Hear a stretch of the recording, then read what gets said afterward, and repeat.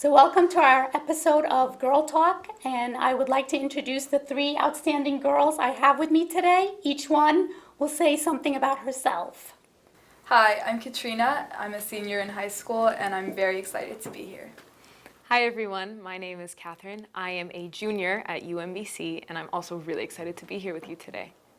Hi guys, my name is Lena. I'm a first year graduate and I attend St. Mark's DC, and I'm also very excited to be here.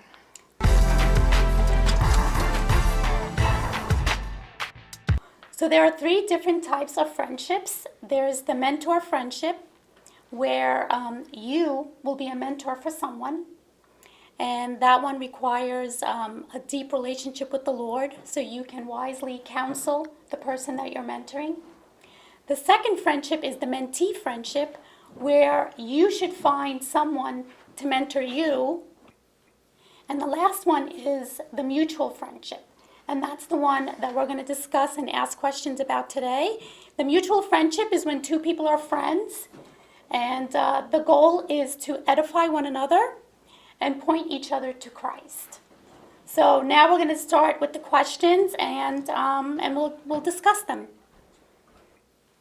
Katrina, why don't you go ahead with the first question? So the first question is, how do you develop healthy relationships? That's actually a very good question. Only healthy relationships can actually grow and flourish. So in order to be in a healthy friendship, you first have to love your friend unconditionally. You know, you don't set boundaries with the friend as far as their mistakes, their sins. You just accept them the way they are. You're not there to change them. I think another one is, which goes with love, is acceptance. You know, you love and accept them. What do you guys think about that? I think that's definitely important, especially because in our friendships, we want to convey the love of Christ, which is unconditional. But I think with that also comes, like what you were saying, like boundaries, that idea of like making sure that, like, yes, you need to love your friend, but at the same time you need to be able to protect yourself and be able to protect them. And sometimes, that's not always the easy thing to do, to set those boundaries, because it can come off maybe in your own head or maybe in like the friend's head that you don't care.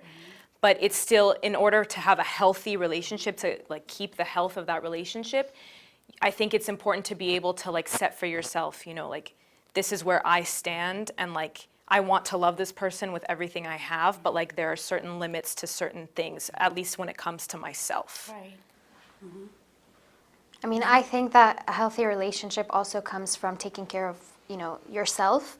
And I think it's very important that you're aware of your weaknesses and your strengths, because if someone were to come and tell you you're doing something to hurt them, if you're aware of the fact that you have weaknesses, then you wouldn't, you wouldn't be defensive in the sense that you're saying like, no, I didn't hurt you, I didn't do this to hurt you. So I think there has to be mutual understanding in yourself and also another person.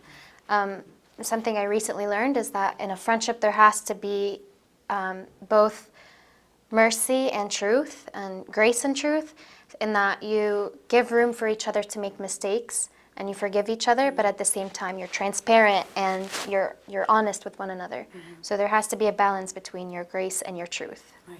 Yeah. Yeah, going off of what the topic of acceptance, I think in order to have a healthy relationship, you need to be able to accept yourself and your flaws, or what you need to work on in order to maintain a relationship with the other person. Mm-hmm. Mm-hmm. Yeah, those are all good points that you made. I think when I say like love sacrificially and love unconditionally, that love can only stem from a deep personal relationship with God. Because when we love someone, we love them without judgment, without condemnation. But I agree with what Catherine said. There has to be boundaries, and we're going to discuss that in another question. And we're going to talk about how to set healthy boundaries. Another way to build a healthy friendship is to trust. You have to build trust between one another.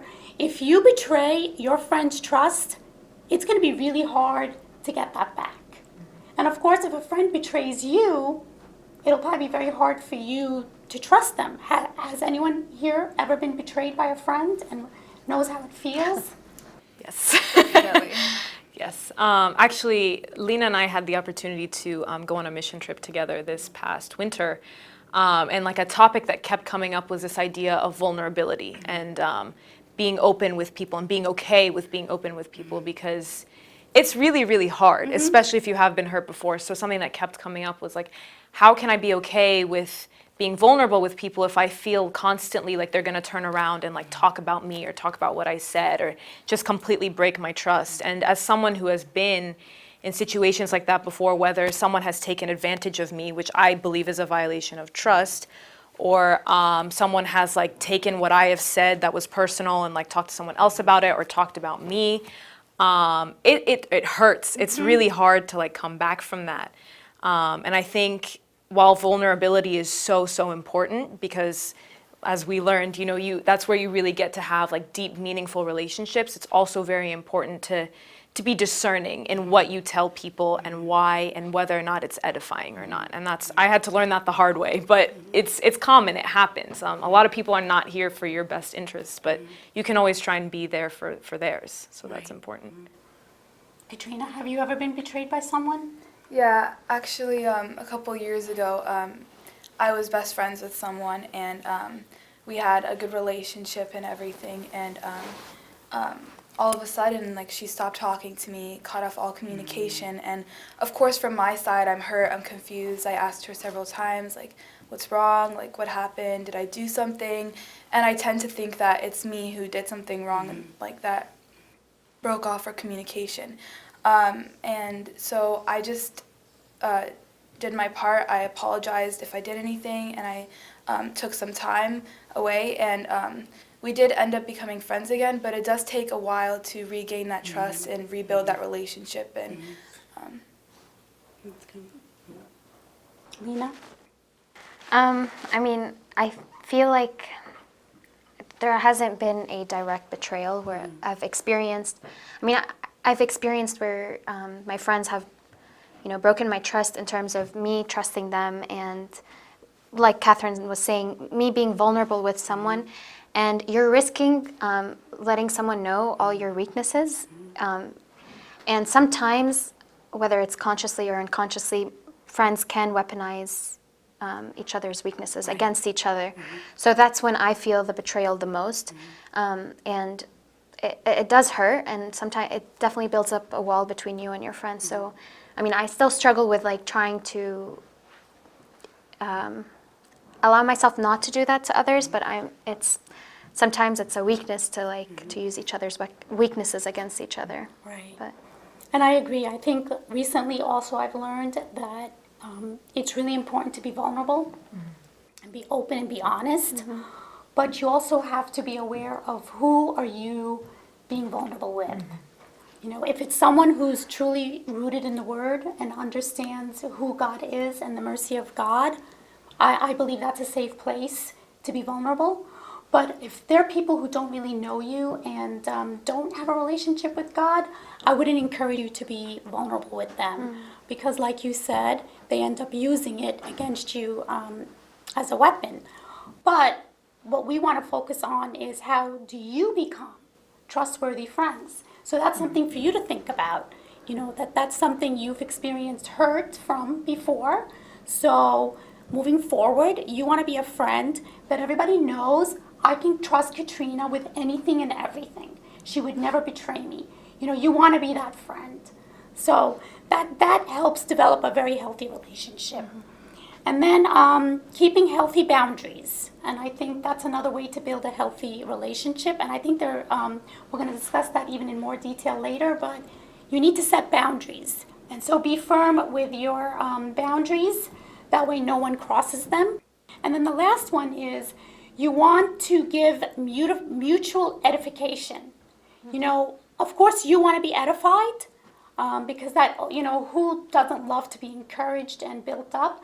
But you also want to be the person to edify someone, encourage them, focus on their strengths. We all have weaknesses, and we don't really need to point that out in someone.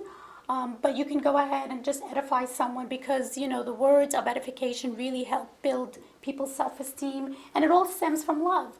So those are the different steps that we would talk about, and discuss on how to build a healthy friendship.